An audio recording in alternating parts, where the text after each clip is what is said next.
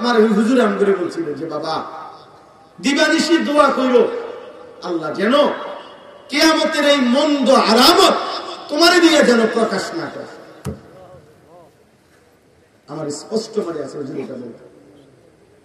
মনে করেন এটা কিয়ামতের আলামত যে কিয়ামতের পূর্বে মায়ের নাফরমানি সন্তান বেশি করবে, তো আল্লাহর কাছে চাইতে হবে বাংলা ওই সন্তান আমারে বানাইলেন না যে সন্তান তার মার নাফরমানি। কিয়ামতের পূর্বে মদ নেশা জুয়া বেড়ে যাবে, হুজুর বলতেন দোয়া করবা আল্লাহ আমার সেই যুবক বানাইলেন না যে মদ পান করবে, নেশা করবে, জুয়া খেলবে। তাহলে কিয়ামতের এই চিহ্ন তো আপনি আমারে দিয়ে দেখাইলেন, আমাকে দিয়ে দেখাইলেন। এই জন্য দোস্ত তোমরা এটা ভাইব, তোমাদের যাদের দ্বারা অশ্লীলতা, বেহায়াপনা, অসভ্যতা, নোংরামি, হারাম, জিনা, ব্যভিচার, মদ, জুয়া, নারী অশ্লীলতা ছড়িয়ে পড়ছে এই মুমিনের সমাজে, মুসলমানের সমাজে, হা বদনসিব তোরে দিয়ে আল্লাহ কিয়ামতের চিহ্ন দেখাচ্ছে।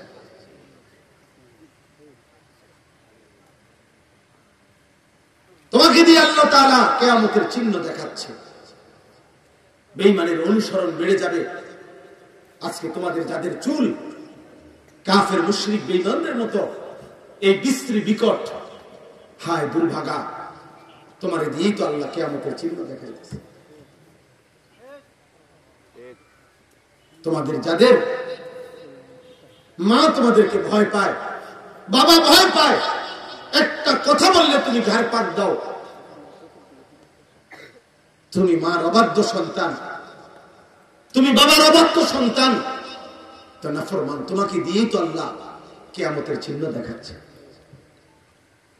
তো তোমার আখিরাত কি হবে, তোমার কবর কি হবে, তোমার পরকাল কি হবে, তোমার আগামী ভবিষ্যৎ কি হবে, তুমি ভেবে দেখো, ভেবে দেখো। জিনা ব্যভিচার বেড়ে যাবে, নারীর সাথে হারাম সম্পর্ক বেড়ে যাবে। এখন তোমরা যারা এর মধ্যে লিপ্ত আছো, তুমি কি বুঝো না যে আল্লাহ তোমাকে দিয়ে কিয়ামতের চিহ্ন দেখাচ্ছে? এই জন্য দোস্ত আমার, বাপ আমার, প্রিয় ভাই আমার, বন্ধু আমার, এটা বুঝা উচিত আমার।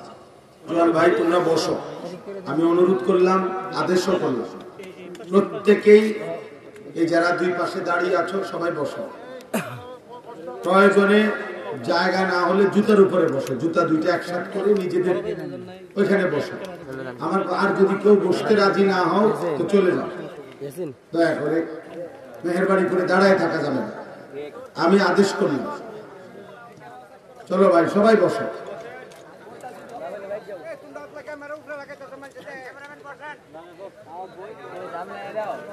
ওরা আরো ঠিক হবে, ঠিক হবে, ওরা বসে যাবে, একটু পরে বসে, আপনারা চিল্লায় না।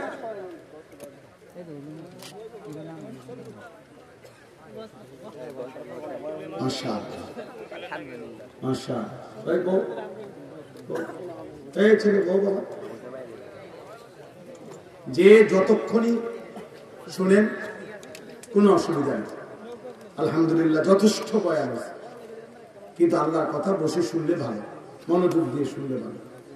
সবাই তোমরা এই যাদের হাতে ধরা মোবাইল, এই হাতে ধরা সবগুলো মোবাইল বন্ধ করো, বন্ধ করো ভাই। ছেলেরা আমার কথা শুনো, বন্ধ করো।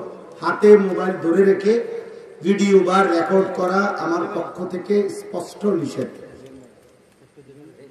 আমি নিষেধ করলাম। আমি এরপরে দেখলে কিন্তু ধমক দেব। ওই নওজোয়ান ধমক দিছি তো ইনশাআল্লাহ তার জন্য দোয়াও করছি, ক্ষতি হবে না, আল্লাহ বরকত দিবে ইনশাআল্লাহ। এই জন্য বললাম প্রত্যেকে মেহেরবানি করে চোখের দিকে তাকায়া আল্লাহর কথা শুনলে ভালো হবে। কেউ মোবাইল নিয়ে হুড়াহুড়ি হই হুল্লু হুলস্থুল করা ঠিক হবে না। আলহামদুলিল্লাহ আলহামদুলিল্লাহ নাহমাদুহু ওয়া নাস্তাঈনুহু ওয়া নাস্তাগফিরুহ ونؤمن به ونتوكل عليه ونعوذ بالله من شرور أنفسنا ومن سيئات أعمالنا من يهده الله فلا مضل له ومن يضلله فلا هادي له ونشهد أن لا إله إلا الله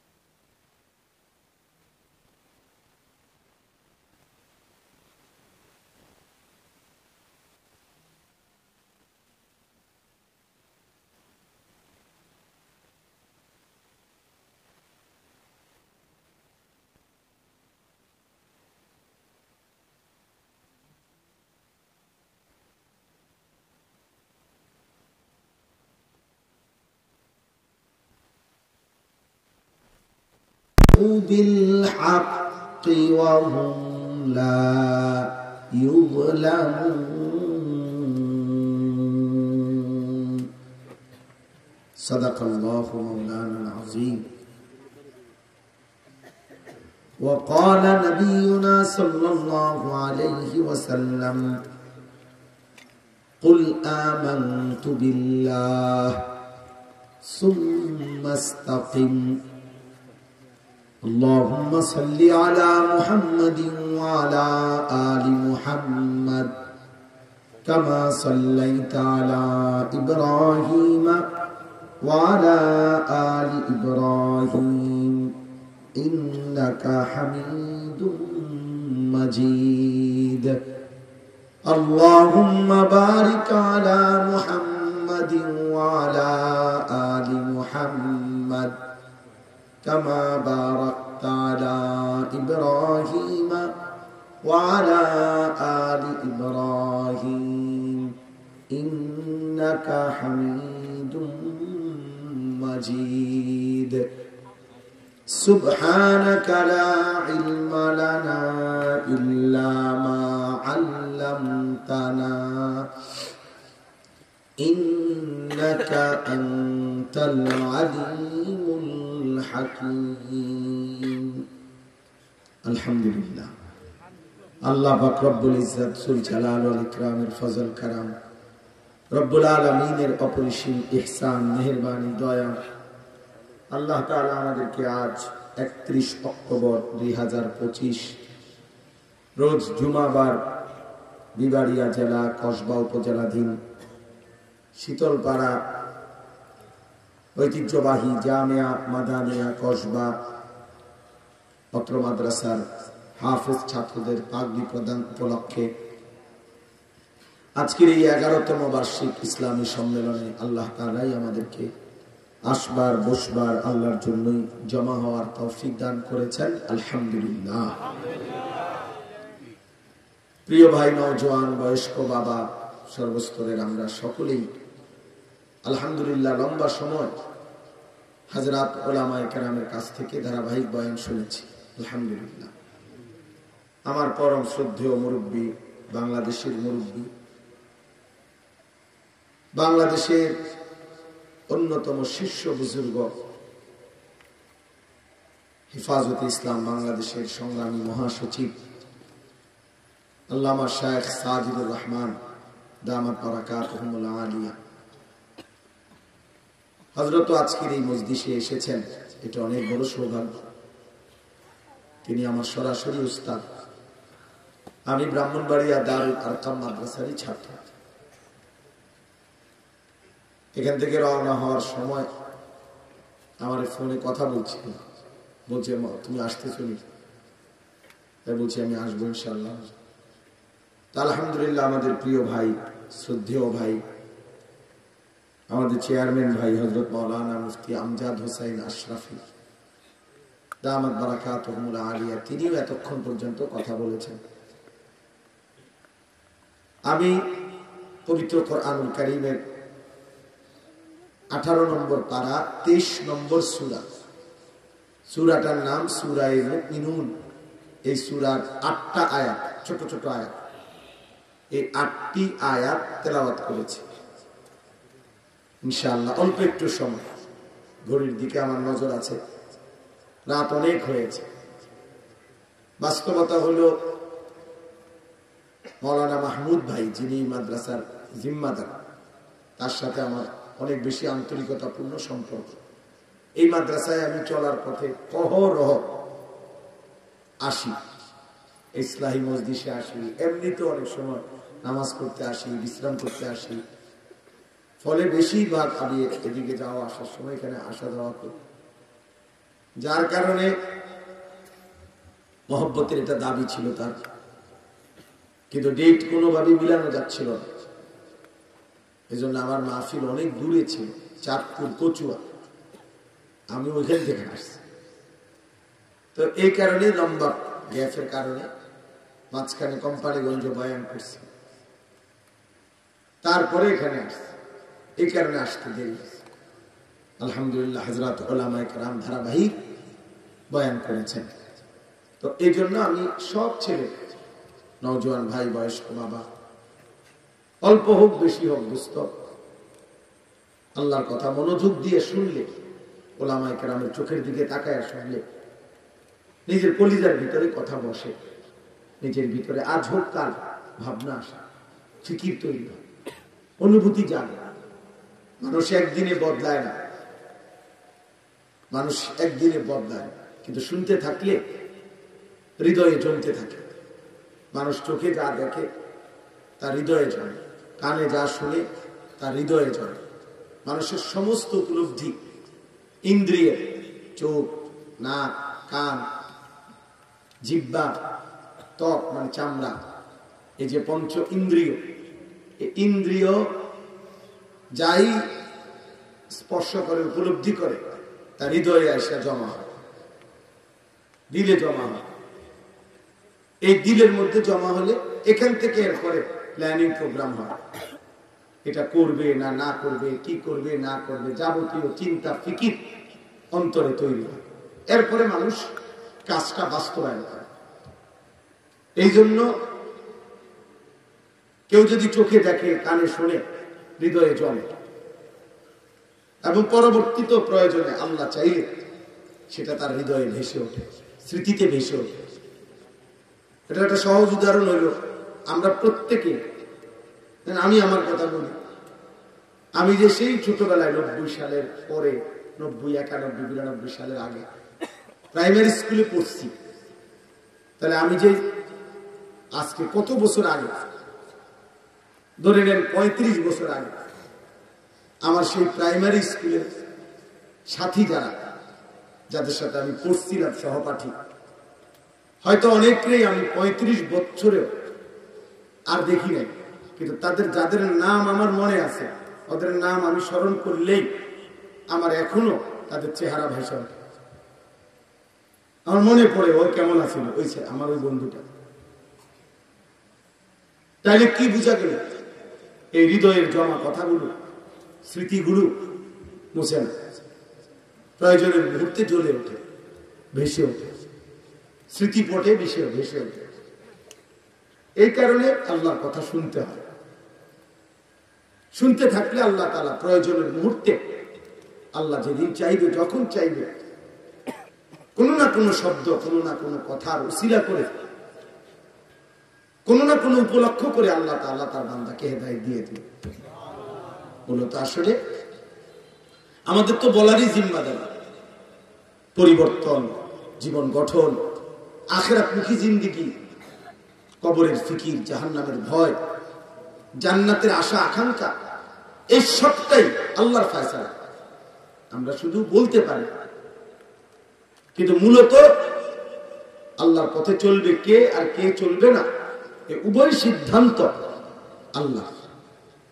আরো সহজ উদাহরণ দিই, রাসূলুল্লাহ সাল্লাল্লাহু আলাইহি ওয়াসাল্লাম মক্কার জমিনে যখন কালেমার দাওয়াত দিচ্ছিলেন, তো আল্লাহ তাআলা বলছে, বন্ধু দাওয়াত দিতে থাকেন, আপনার দাওয়াত আপনি দেন, আপনি পুরো দিল দিয়া বলেন, বাকি আমি আল্লাহ ফয়সালা দিলাম, আমি কাকে রাখবো আর কাকে রাখবো না, ইমানের পথে, ইসলামের পথে, আগামীর পৃথিবীর জন্য, সারা বিশ্বময় ইসলাম ছড়িয়ে দেওয়ার জন্য আপনার সাহাবী হিসাবে আমি কাদেরকে গ্রহণ করব আর কাদেরকে গ্রহণ করব না, আল্লাহ বলছে, বন্ধু এটা সম্পূর্ণ আমি আল্লাহর ফয়সালা। দাওয়াত আপনি সকলকে দেন, কিন্তু লোক নিব আমি। এই জন্য কুরাইশ বংশেই নবী দাওয়াত দিয়েছেন। আবু জেহেল, আবু বকর দুইজনই কুরাইশ বংশ, আবু লাহাব, ওমর দুইজনই কুরাইশ বংশ, উতবা, শাইবা, ওসমান, আলী, ওরা উভয়ই কুরাইশ বংশ, একই বংশ, একই মহল্লা। তো নবী সাল্লাল্লাহু আলাইহি ওয়াসাল্লাম উভয়ের কাছে, সকলের কাছে কালেমার দাওয়াত দিবেন। তো আল্লাহ যেন বলছেন, বন্ধু আবু বকরকে নিলাম, আবু জাহেলকে নিলাম, ওমরকে নিলাম, আবু লাহাবকে নিলাম না, ওসমানকে নিলাম, আলীকে নিলাম, উতবা, শাইবাকে নিলাম না। তাহলে আবু বকরকে কেন নিলেন, আবু জাহেলকে কেন নিলেন না? কার ফয়সালা? আল্লাহর ফয়সালা। এই জন্য আমি নওজোয়ান, আমি সবসময় কথাটা বলি, আগামীর পৃথিবীতে মনে রাখবা বাবা, ইমানের বিজয় হবে, ইসলামের বিজয় হবে, কালেমার বিজয় হবেই হবে। নবীজি সাল্লাল্লাহু আলাইহি ওয়াসাল্লামের অসংখ্য অগণিত ভবিষ্যৎবাণী স্পষ্ট আছে বিশুদ্ধ হাদিসে। মাহদী আসবে, দাজ্জালও বের হবে, আর দাজ্জালের শেষ পর্যন্ত পতন হবে, পৃথিবীর শেষ ইহুদিটা ধ্বংস হবে, সারা বিশ্বময় মাহদীর নেতৃত্বে ইমানের পতাকা, ইসলামের খেলাফত প্রতিষ্ঠিত হবে।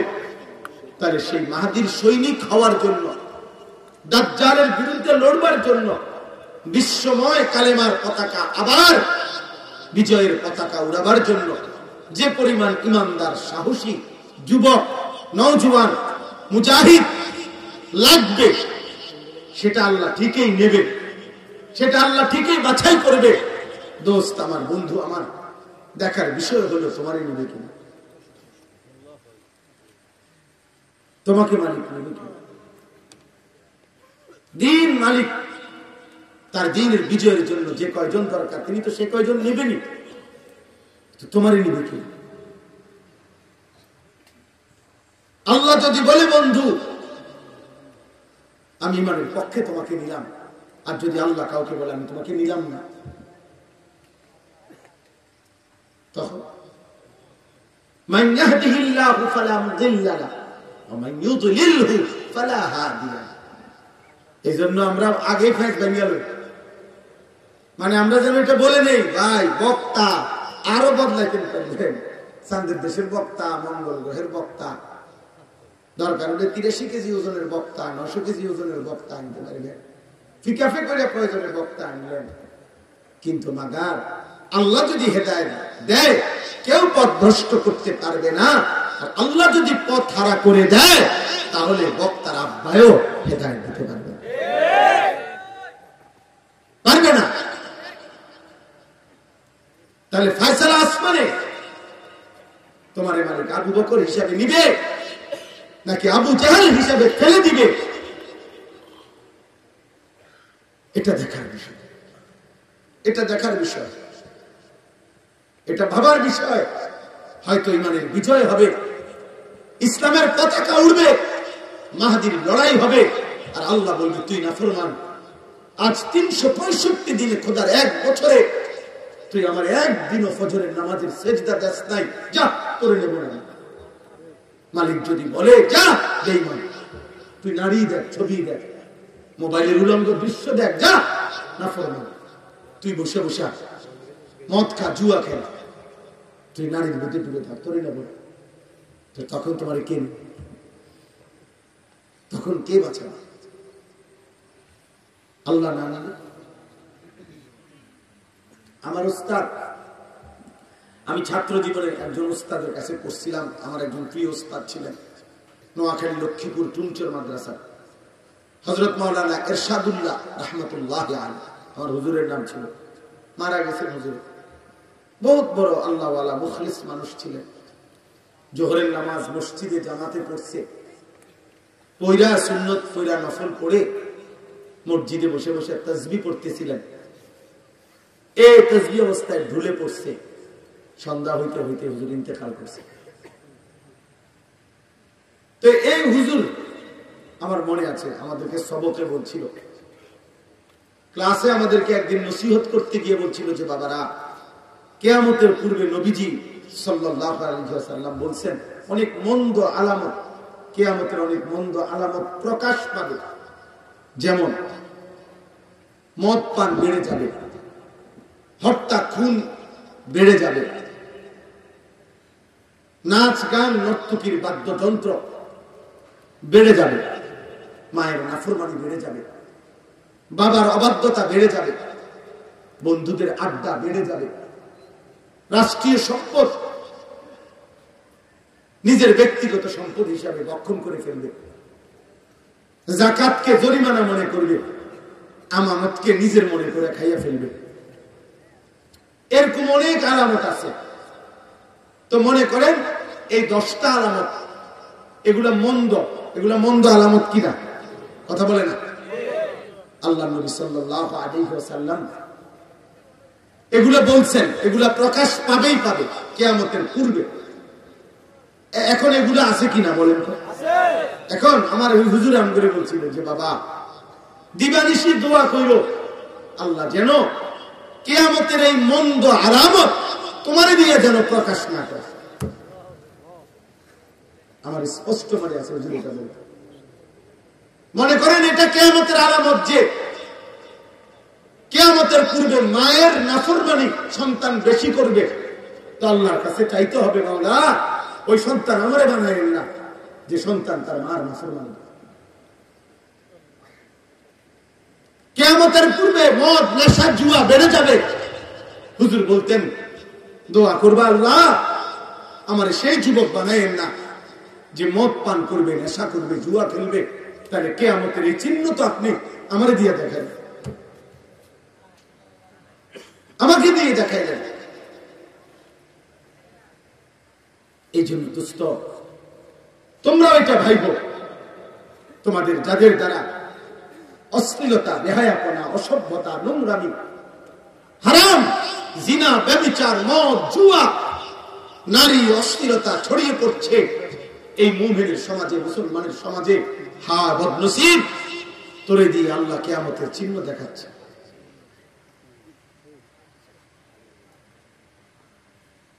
তোমাকে দিয়ে আল্লাহ তাআলা কিয়ামতের চিহ্ন দেখাচ্ছে। বেঈমানের অনুসরণ বেড়ে যাবে। আজকে তোমাদের যাদের চুল কাফের মুশরিক বেঈমানদের মতো এই বিশ্রী বিকট, হায় দুর্ভাগা, তোমারে দিয়েই তো আল্লাহ কিয়ামতের চিহ্ন দেখাচ্ছে। তোমাদের যাদের মা তোমাদেরকে ভয় পায়, বাবা ভয় পায়, একটা কথা বললে তুমি ঘাড় পাক দাও, তুমি মার অবাধ্য সন্তান, তুমি বাবার অবাধ্য সন্তান, তো নাফরমান, তোমাকে দিয়েই তো আল্লাহ কিয়ামতের চিহ্ন দেখাচ্ছে। তো তোমার আখিরাত কি হবে? তোমার কবর কি হবে? তোমার পরকাল কি হবে? তোমার আগামী ভবিষ্যৎ কি হবে? তুমি ভেবে দেখো, ভেবে দেখো। জিনা ব্যভিচার বেড়ে যাবে, নারীর সাথে হারাম সম্পর্ক বেড়ে যাবে। এখন তোমরা যারা এর মধ্যে লিপ্ত আছো, তুমি কি বুঝো না যে আল্লাহ তোমাকে দিয়ে কিয়ামতের চিহ্ন দেখাচ্ছে? এই জন্য দোস্ত আমার, বাপ আমার, প্রিয় ভাই আমার, বন্ধু আমার, এটা বোঝা উচিত আমার। আমি কেন সেই যুবক হব? আমি কেন সেই মানুষ হব যাকে দিয়ে আল্লাহ কিয়ামতের খারাপ মন্দ চিহ্ন দেখাবো? আমি কেন হব তা? এই জন্য আমরা বললাম প্রত্যেকটা মানুষের কাছে, এই যারা কষ্ট করে এই গভীর রাতে এই প্রচন্ড গরমের মধ্যে বসে আছেন, বাপ আপনারাও ভাববেন, ছেলেরা তোমরাও ভাববে, এমন যেন না হয় মারে কষ্ট দিলা। কত সন্তান মায়ের রক্ত মাখাছে, চোখ পানি।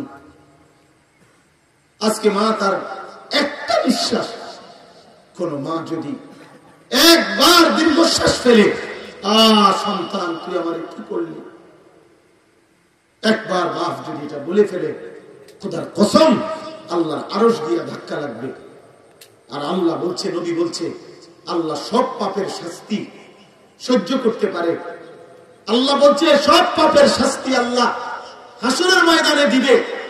খোদার কসম নবী বলছে, উম্মত কুল্লু যুনুবি ইউআখিরুল্লাহু ইলা আজালিন মুসাম্মা, সকল পাপ আল্লাহ চাইলে কিয়ামত পর্যন্ত বিলম্ব করতে পারে শাস্তি, কিন্তু ইল্লা আকুল ওয়ালিদাইন, মা বাবার নাফরমানি আল্লাহ এই পাপ আল্লাহ সহ্য করে না।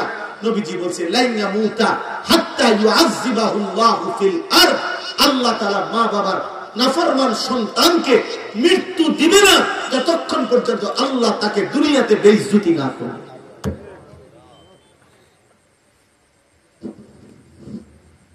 তোকে আল্লাহ দুনিয়াতে বেইজ্জতি করবে।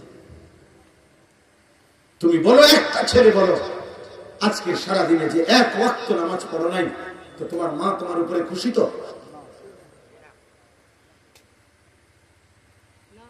তোমার বাবা তোমার উপরে খুশি তো? দিবা নিশি যারা মোবাইলে নারী ছবি অস্থির দৃশ্য দেখো, তোমার মা তোমার উপরে রাজি তো? তোমার বাবা তোমার উপরে খুশি তো? তোমার আল্লাহ তোমার উপরে খুশি তো? তোমার মদিনার নবী তোমার উপরে খুশি তো? এই বেনামাজি নাফরমান বলো,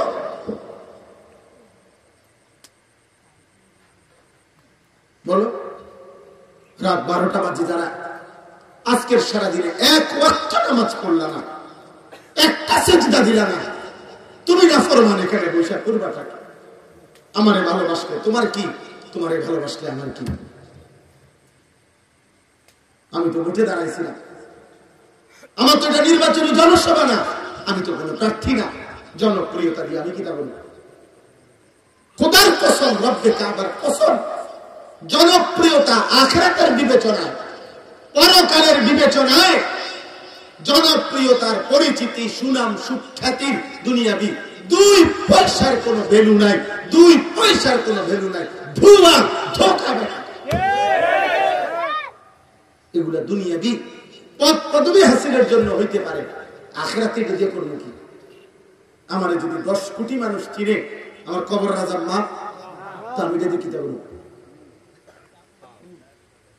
আমি এটা দিয়ে কি করবো? কি করবো? ঘাস কাটবো কাজে? আমার যদি 10 কোটি মানুষ চিনে, তো আপনাদের কারো কবর রাজার মা, তো আমার জনপ্রিয়তা দিয়ে আপনি কিনবেন, আমি লাফান ঠিক আমার লোকের ছবি দিলে আপনি কি? হ্যাঁ বলে কি ফায়দা কি?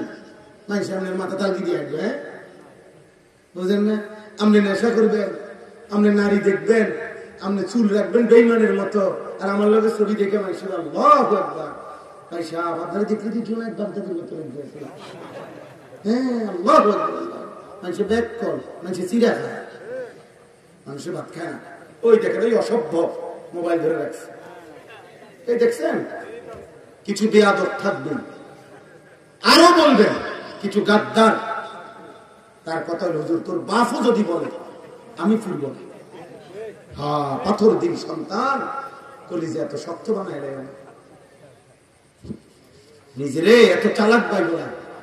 বাতখানা কোনো চালাকি না, পেশাব পায়খানা কোনো খুব একেবারে বুদ্ধিমানের কিছু না।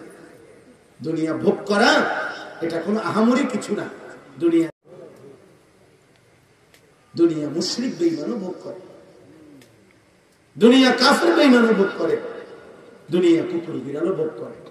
এই জন্য আমি ভাত খাইতে পারি, আমি ঘুম যাই, আমি পেশাব পায়খানা করি, আমি সারা রাত নারী দেখি, বেটা একটা মানুষও টের পায় না। না আপনি বিরাট চালাক, আরে সুবহানাল্লাহ আমি বহু বুদ্ধিমান। আপনি কি ভাবছেন? আপনার উপরে বরঞ্চ মালিকের অভিশাপ চলছে, আল্লাহর নারাজি চলছে এই পরিমাণ। আল্লাহ যেন বলছেন, নাফরমান এত পাপের পরেও তোরে কেউ টেনে ধরে না, তোকে কেউ ফিরায় না, এটা তোর বদনসিব, এটা তোর মন্দ কপাল, এটা দুর্ভাগা। তুমি এক বাচ্চা যেন নিজে নিজে আগুনের দিকে যাচ্ছে, নিজে নিজে পানিতে পড়তে যাচ্ছে, কেউ তাকে টেনে ধরে না, কেউ তাকে আগুন থেকে বাঁচাইতে চাচ্ছে না, এটা ওই বাচ্চার সৌভাগ্য। কথা বলে না কেন? এটা ওই বাচ্চার সৌভাগ্য। তাই তুমি জাহান্নামের দিকে যাচ্ছ, অস্থির ছবি দেখতে দেখতে, উলঙ্গ দৃশ্য দেখতে দেখতে, এক ওয়াক্ত নামাজ না পড়তে পড়তে। নাফরমান তুমি তো জাহান্নামের আগুনে চলতে যাচ্ছ, তোরে কেউ টেনে ধরে না, তোরে কেউ ফিরায় ধরে না, তো এটা কি তোর সৌভাগ্য বেটা? বদনসিব, এটা তো তোর দুর্ভাগ্য বাবা। তুই এমন মন্দ কপাল হইলি কেমনে বাপ? 365 দিনে একদিনও ফজরের নামাজ পড়লি না বাপ, কেউ তোরে ডাকলো না কেন? কেউ তোরে ডাকলো না কেন? 1 বছর কেউ জন্য কোনো মা, তোমার বাবা, তোমার স্বজন কারো একটু ফিকিরেও আসলো না? আমার 16 বছরের ছেলেটা যে নামাজ না পড়ে ঘুমায় আছে, আহারে ওর কি হবে? আমি তো আজকের ভোরেও আমার সন্তান যতক্ষণ পর্যন্ত ঘুম থেকে না উঠছে ততক্ষণ দাঁড়াইয়েই ছিলাম, আব্বা উঠো উঠো, আবার শুয়ালায় আবার উঠেছি। তারপরে আমার সন্তান 9 বছরের ছেলে, আবার 14 বছরের ছেলে, আমি বাপু মিল্লায় এরপরে ফজরের নামাজ জামাতে পড়ছি।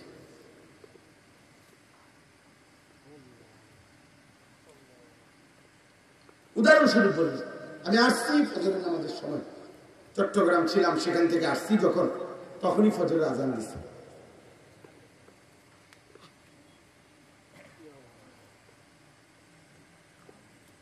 এজন্য আব্বা মনে করো না বাপ, গুনার পথে চলতেছ, নাফরমানির পথে চলছো, কেউ ফিরায় না।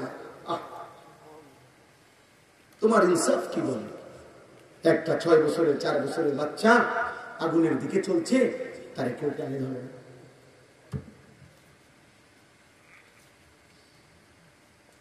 এটা যেমন দুর্ভাগ্য, তুমিও তো জাহান্নামের আগুনের দিকে যাচ্ছ, তোমারে কেউ টেনে ধরছে না, এটাও দুর্ভাগ্য, এটাও বদনসিব। 30 বছর সুদ খায়, কোনদিন কল্পনায় কলিজার ভিতরে আসলো না, আহারে এটা তো হারাম।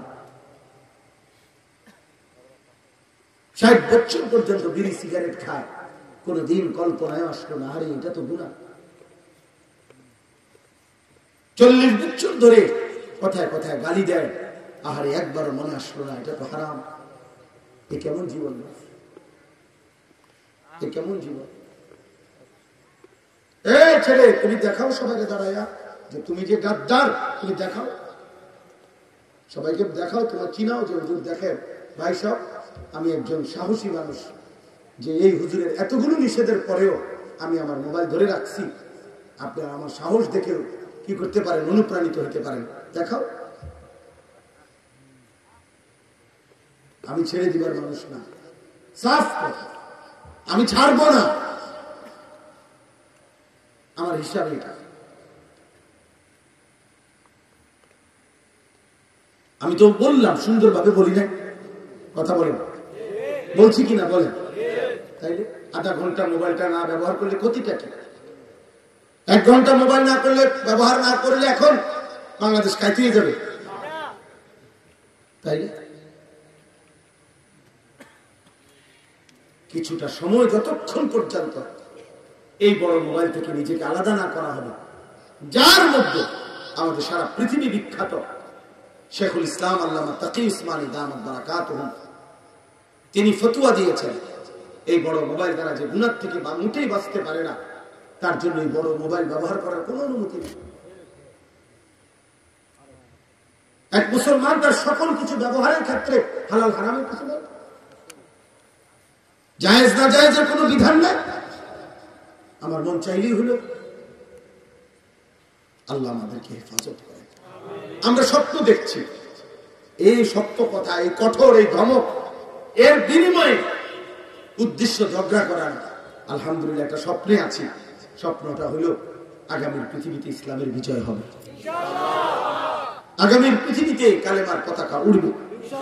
ষড়যন্ত্র যেমন খুব গভীর, ইনশাআল্লাহ ইমানের বিজয়ও খুব কাছে। রাত্র যত গভীর হয়, এটা কিন্তু বিপরীতে শান্ত নাও যে সকাল কাছায় গেছে, সন্ধ্যা বাজে 6টা, এখনো ভোর হতে অনেক দেরি, কিন্তু রাত বাজে গভীর 3টা রাতের, বোঝা যাবে সকাল কাছায় গেছে, আর 1.5 ঘন্টা বাকি। এজন্য চারিদিকে ইসলাম বিরোধীদের চক্রান্ত, ষড়যন্ত্র, হুমকি ধমকি। আজকে ইহুদিরা আমাদেরকে চোখ রাঙায়, আজকে খ্রিস্টানরা আমাদেরকে চোখ রাঙায়, আজকে বারবার বৌদ্ধরা আমাদের মুসলমানদেরকে চোখ রাঙায়, আজকে উগ্র হিন্দু সংগঠন ইসকনের গুন্ডারা আমাদেরকে চোখ রাঙায়। কিন্তু এটাও সত্য, এই সব চোখ রাঙ্গানি শেষ করে একদিন কালেমার পতাকা উড়বেই উড়বেই, বিজয়ের পতাকা উড়বে, ইমানের পতাকা উড়বে, মাহদীর বিজয় হবে, দাজ্জালের পতন হবে, ইহুদির শেষ ব্যক্তিটারও পতন হবে, বিশ্বময় ইসলামের খেলাফত হবে। এটা রাসূলুল্লাহ সাল্লাল্লাহু আলাইহি ওয়াসাল্লামের বিশুদ্ধ হাদিস। নবীজি সাল্লাল্লাহু আলাইহি ওয়াসাল্লাম বলেছেন, যদি শুনে থাকো কিয়ামতের আর একদিন বাকি, তবুও বিশ্বাস রেখো উম্মত মাহদী আসবে। নবীজি বলছেন ইমানের বিজয় হবে, আরেকবার পৃথিবী কালেমার পতাকা বিশ্বময় দেখবে, ইনশাআল্লাহ ইনশাআল্লাহ ইনশাআল্লাহ। সেদিন হয়তো কেউ কাজে লাগবে, কেউ কাজে লাগবে না, কেউ হয়তো ইমানের পক্ষে থাকবে, কেউ তার জালের খপ্পরে নিজের ইমান শেষ করে ফেলবে। আগামীর সময় মুমিনের পরীক্ষা ভাই, এখন তো হলো গুনাহ নেকির টানাটানি চলতেছে, কেউ নেক করে, কেউ গুনাহ করে। আগামীর সময়টা হবে ইমান আর কুফরের সময়, কারো ইমান থাকবে, কারো ইমান থাকবে। ইউসবিহুর রাজুলু মুমিনান ওয়া ইউমসি কাফিরান। কসম খোদার ভাই, আল্লাহর নবী বলেছেন, পরিষ্কার বিশুদ্ধ হাদিস, সকালবেলা থাকবে মুমিন, সন্ধ্যায় হয়ে যাবে কাফের। ওয়া ইউমসি মুমিনান ওয়া ইউসবিহু কাফিরান। সন্ধ্যাবেলায় থাকবে মুমিন, সকাল হতে হতেই হয়ে যাবে কাফের। ইয়াবিউ দীনাহু বিআরাদিন মিনাদ দুনিয়া। আল্লাহর নবী সাল্লাল্লাহু আলাইহি ওয়াসাল্লাম বলেন, সামান্য দুনিয়ার লোভে অসংখ্য অগণিত আমার উম্মত নিজের ঈমান বিক্রি করে ফেলে,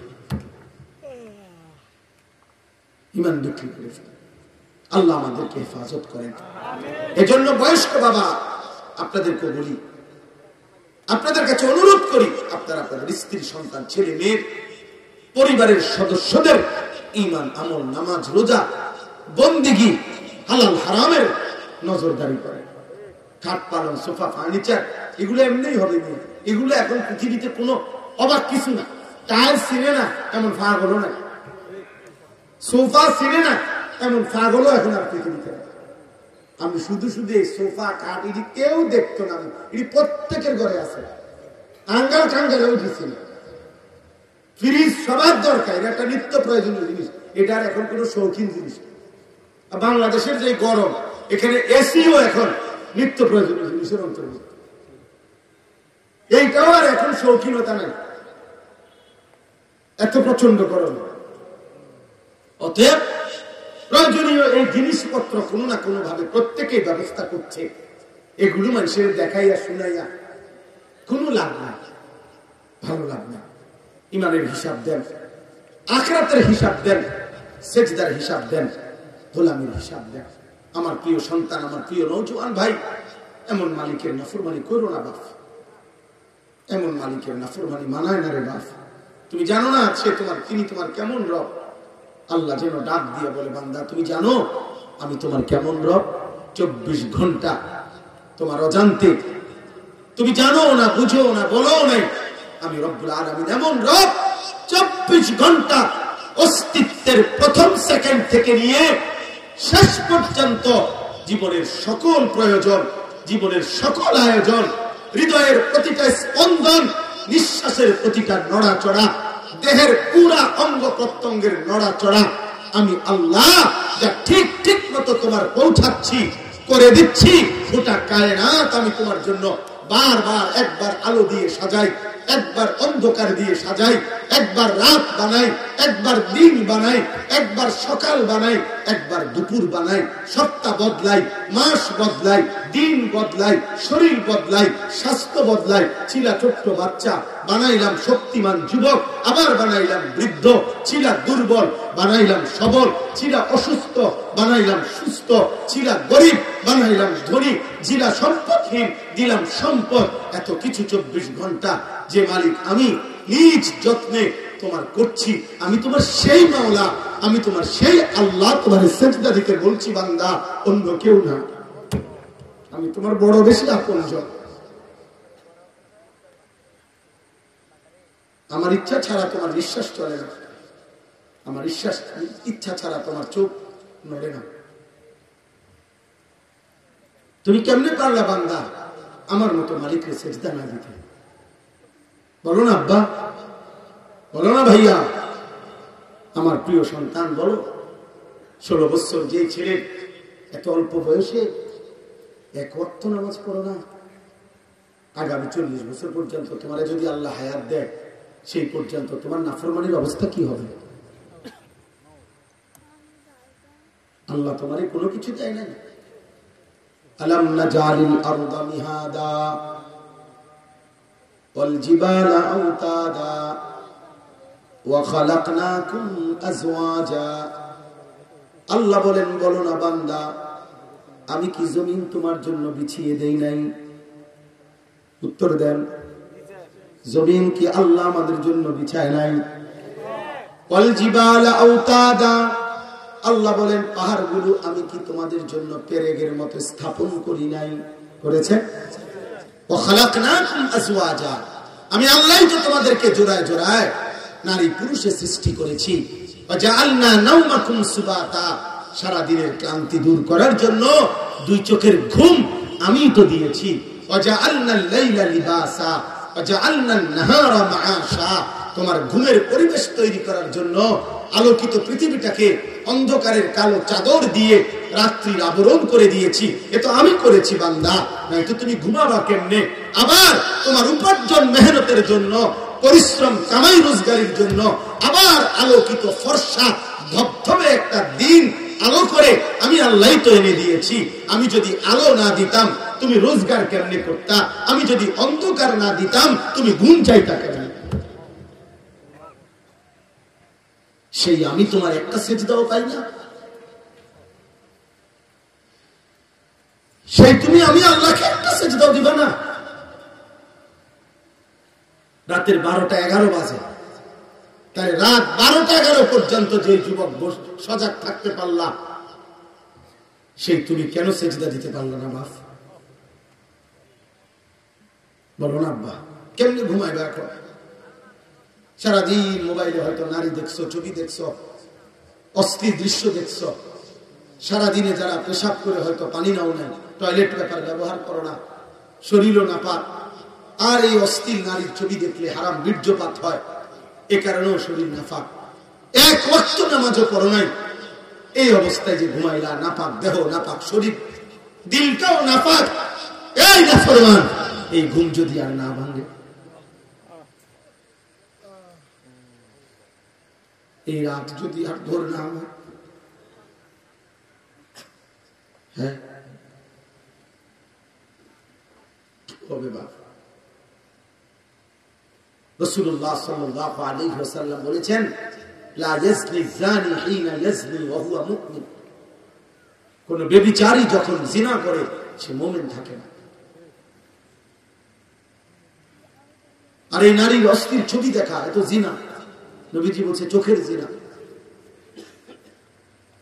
নিজের হাতকে নিজের লজ্জাস্থানে নাপাক ব্যবহার করা, এত জিনা। নাকিহুল ইয়াদি মালউন। নবী সাল্লাল্লাহু আলাইহি সাল্লাম বলছেন, আমি স্পষ্ট বললাম তোমাদেরকে, নবীজি বলছে নিজের হাত যে নিজের লজ্জাস্থানে নাপাক ব্যবহার করে, হারাম বীর্যপাত করে, আল্লাহ রাসূল বলছে সে মালউন, অভিশপ্ত। মালউন, অভিশপ্ত। এমন অভিশপ্ত জিন্দেগি নিয়ে যুবক যদি ঘুম না ভাঙে, যদি রাত ভোর না হয়, তো কি হবে তোমার আখিরাত, কি হবে তোমার কবর?